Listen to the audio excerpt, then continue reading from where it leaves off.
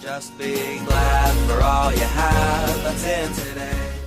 Hey everyone, Connie here, and welcome to my blind reaction to High Score Girl Episode 9. Excuse me.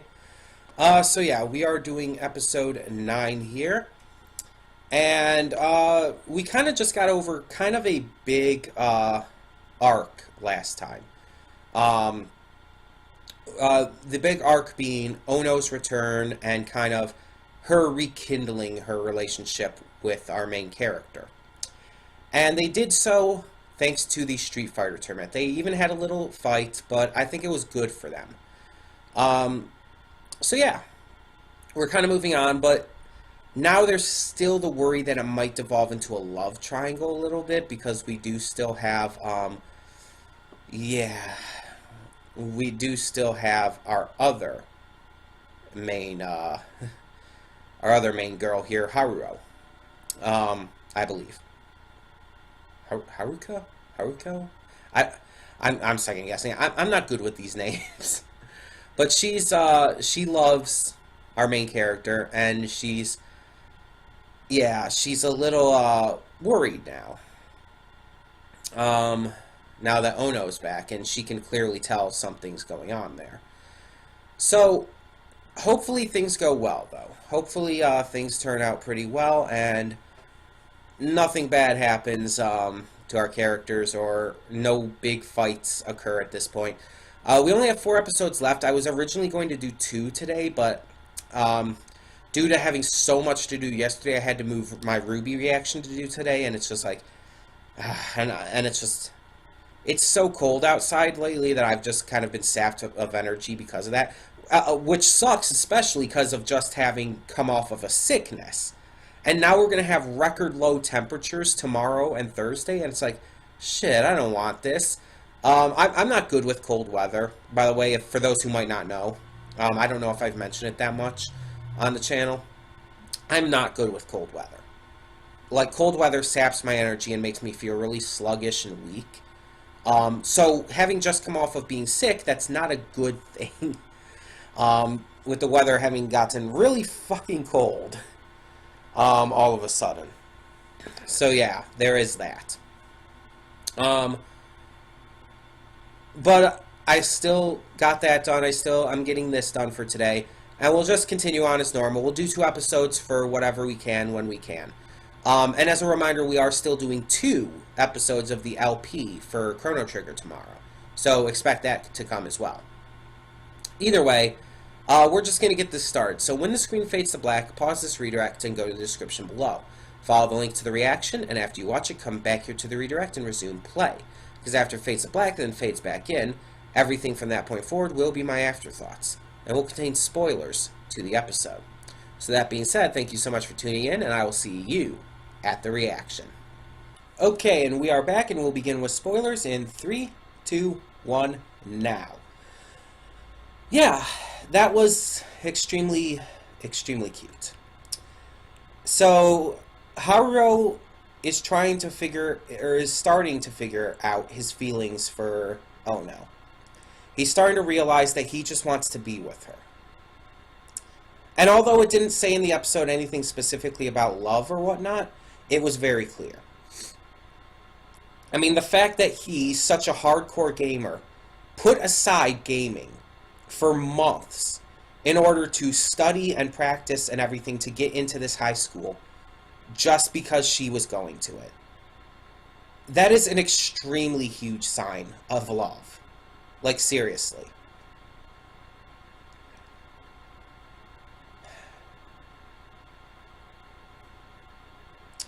And I guess they both made it in the end. So, yeah, it all worked out. And, I mean, of course, it doesn't mean that he's going to stop gaming. Not at all. He's just, he just took a break so he could make sure he could get into this specific high school. And I really can't wait to see where these final 3 episodes go. Because now that we definitely have confirmation, honestly, that there's romantic interests there between both of them, I think that that's going to put a wrench in things with Hideka. They don't seem like they're going the route with a love triangle, but I think Hideka is maybe going to really start to realize what's going on here.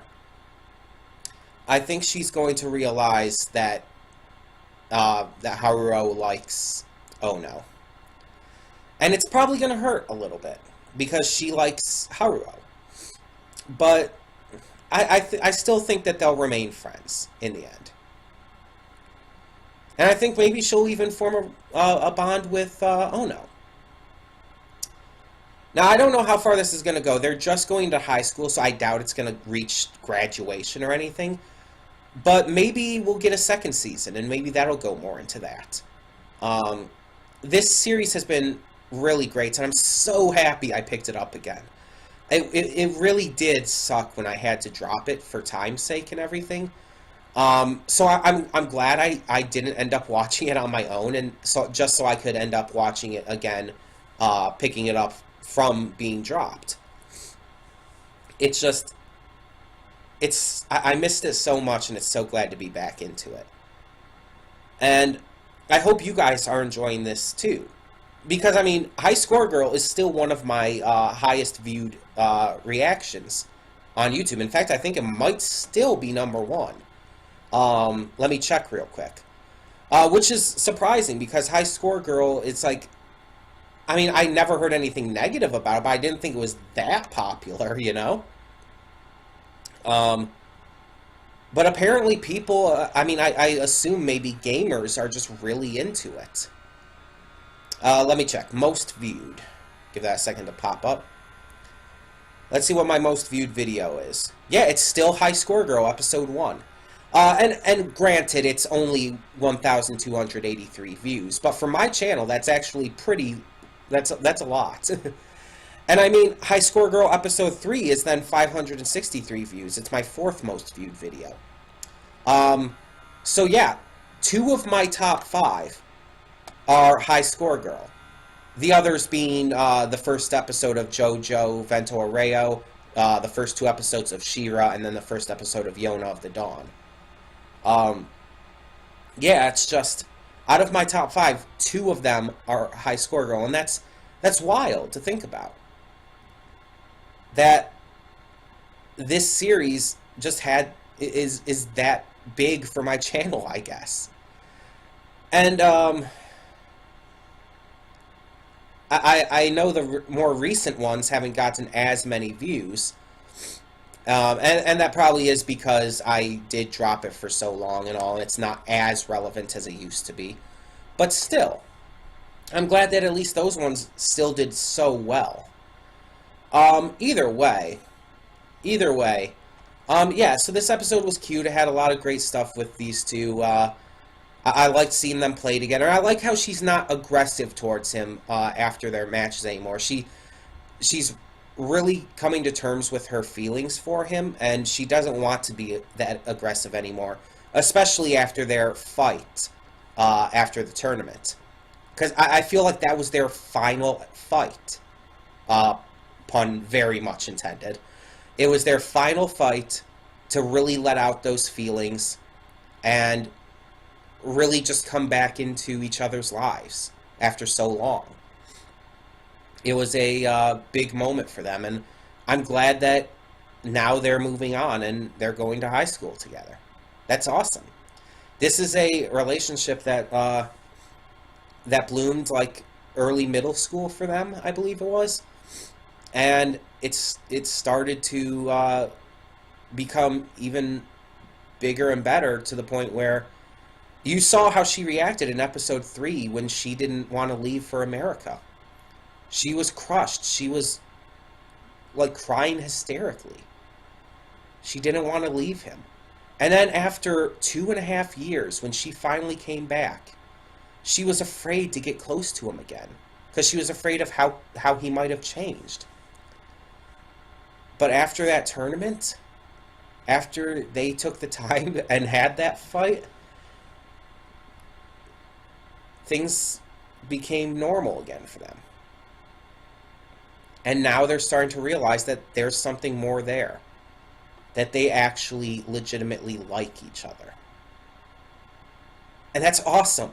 See, I'm not super huge into the romantic comedy genre, which this would kind of count in.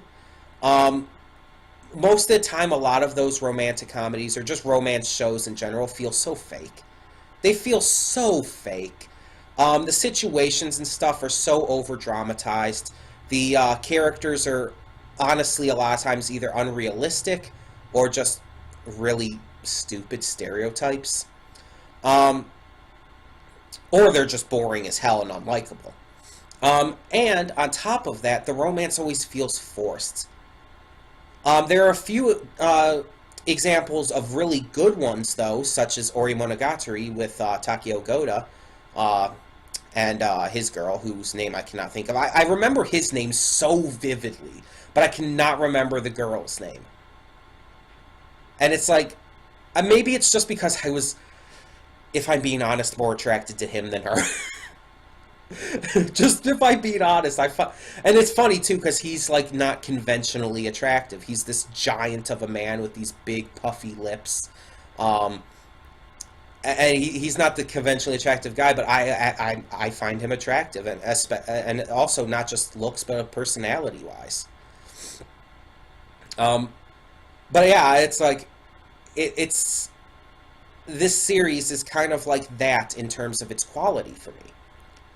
Ori Monogatari is one of those few romantic comedy series that I loved. Not just liked, loved. And this series is definitely up there with it. In fact, I'd say this is probably even better just because of the video game connection. Just because I have that connection. I grew up playing a lot of these fighting games. I grew up with Street Fighter, with Virtua Fighter, with all of these kinds of things. And I mean, I grew up with some different ones too, just because at the time I grew up. I grew up with stuff like Tekken and Soul Calibur and whatnot. Mortal Kombat, of course. But it's just like, it's the same kind of thing. I know this kind of stuff. I understand these kind of things. Maybe not to the level. I was never a hardcore gamer. I was always more casual. But still. I entered a few tournaments. I know what that's like.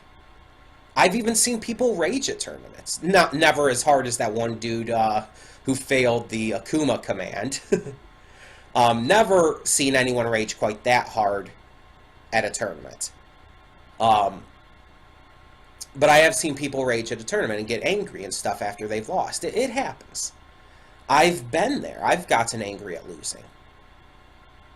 And it's just like, in the end, a lot of times it's like, that's just how it goes. But at the same time, I'm happy that this series understands it so well. It understands gamers, and it exaggerates a lot of stuff. But it understands the games and the gamers and how they connect and how people can connect over these games. Our main character, Haruo, has made 2 great friendships, one of which is clearly more romantic for him, over these games. First Ono and then Hidaka after. And he even has other friends as well in school. The one guy who helped him study, whose name I cannot remember right now. Even him. And they both have a shared interest in games. We haven't seen them play together, but they have a shared interest in it. It's just... that is what drew me into this series right from the beginning. The fact that the creators of this truly understand what it means to be a gamer. In fact, I would bet you anything that the person who originally created High Score Girl, whether it was like from a manga or whatever, I can bet you they're a gamer. I can bet you that. I bet you anything. The person who created High Score Girl is in and of themselves a gamer. I bet you anything they played through all of these games when they came out, that they experienced this kind of stuff. Whether they were that young when they came out or not, I bet you anything they still experienced all of this, and so they know how this goes. They know what this is like. In fact, I'm actually curious enough. I'm going to look this up.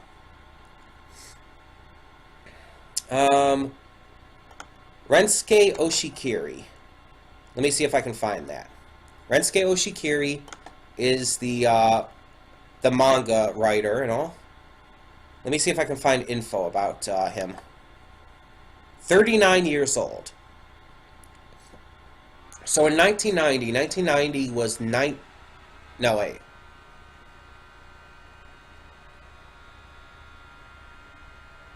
Was 29 years ago. Holy shit. Wait. Yeah, holy shit. 1990 was 29 years ago. Which means, if he's 39 years old, then in 1990 he was 10. He grew up at this time. I bet you anything. He was born in 79, so in, like, this episode was 1994. So he was 15. Which means he would have already been in high school. He would have been he'd be a little older than our main characters are. But yeah, he would have definitely gone through this stuff. I would guarantee you that this guy, that Rensuke Oshikiri, that he went through all of this, that he was probably into gaming. Maybe not as heavily as Haruo. But I bet you anything that he's going from experience here. Because let's be honest, there's way too much passion put into this. Way too much passion. And I mean, some of that can be from JC staff, sure. But there's way too much passion to just try to say it was it came from, wherever. It definitely he had to have experienced that gaming scene.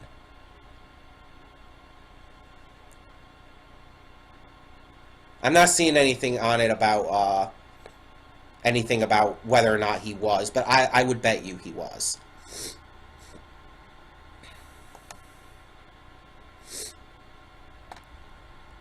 Oh, really? There's going to be 3 OVAs in March? You bet your bottom dollar that... I don't know why I said... Holy shit, you bet your bottom dollar? What? Just bet that I will be reacting to those when those come out.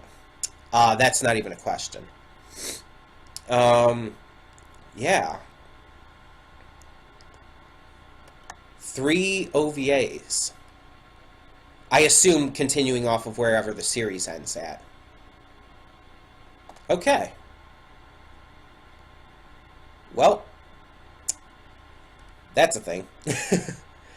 But yeah, seriously, the fact that this series has so much passion and clear knowledge and care put into it, the fact that it doesn't demonize gaming, in fact, it actually goes out of its way to show how important it can be. The fact that it can bring about these kinds of relationships. The creator of this had to have gone through this himself. He had to have experienced this kind of gaming scene. Again, whether or not he particularly was deeply involved with forming friendships through it,